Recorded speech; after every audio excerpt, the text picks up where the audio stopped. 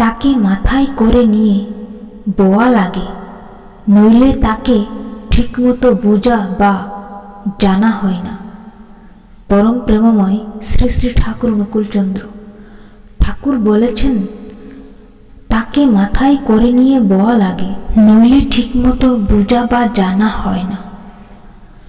যদি আমি ঠাকুরকে ধরে ঠাকুরের দীক্ষা নিয়ে, যেমন আমি ঠাকুরের দীক্ষা নিলাম কিন্তু ঠাকুরের ইষ্টবৃত্তি করি না, ঠাকুরকে শুধু জানলাম, দীক্ষা নিলাম,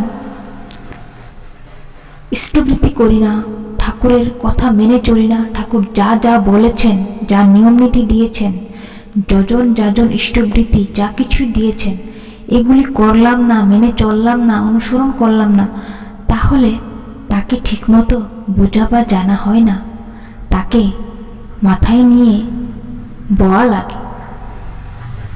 তার মানে কি?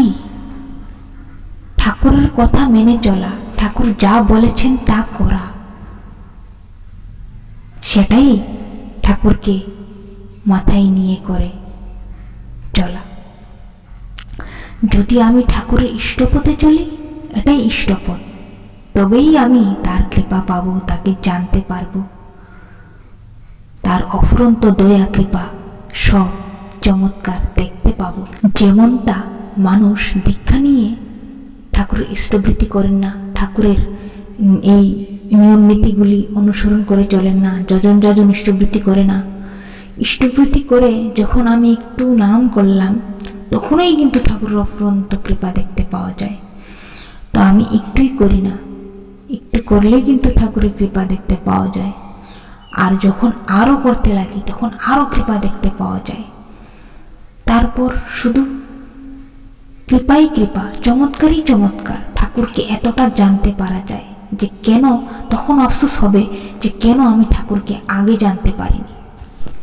মানুষ সেটাই করে যে ঠাকুরের দীক্ষা নিয়ে ঠাকুরকে মেনে চলে না, ঠাকুরকে অনুসরণ করে চলে না, ঠাকুরের ইষ্ট কাজ করে না, যজন যাজন ইষ্টবৃত্তি এগুলি করে না, তাই তো ঠাকুরকে ঠিকমতো বুঝতে পারে না, জানতে পারে না।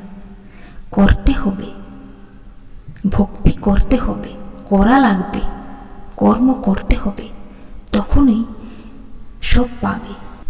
আর যদি আমি ঠাকুরকে না ধরে করলাম, ঠাকুরকে ধরতে হবে, ঠাকুরের ইষ্ট কাজ করতে হবে, ঠাকুরকে ধরেই যখন আমি করলাম সব কিছু, তখন যে আমি আমার সেই করার মধ্যেই ঠাকুরের কৃপা পাবো। একবার ঠাকুরকে ভালোবেসে দেখো, তাকে ভালোবাসো, তাকে মনে অন্তর দিয়ে ভালোবাসো। সেটা আমার বলতে হয় না, সেটা কাউকেই বলতে হয় না, যে ঠাকুরকে একবার ধরে না, বাস সে ঠাকুরকে এমনিতেই ঠাকুরকে ভালোবাসতে শুরু করে। তো এটাই যে বলতে চেয়েছি আমি, যে ঠাকুরকে স্মরণ করা, ঠাকুরকে নিয়ে ভাবা।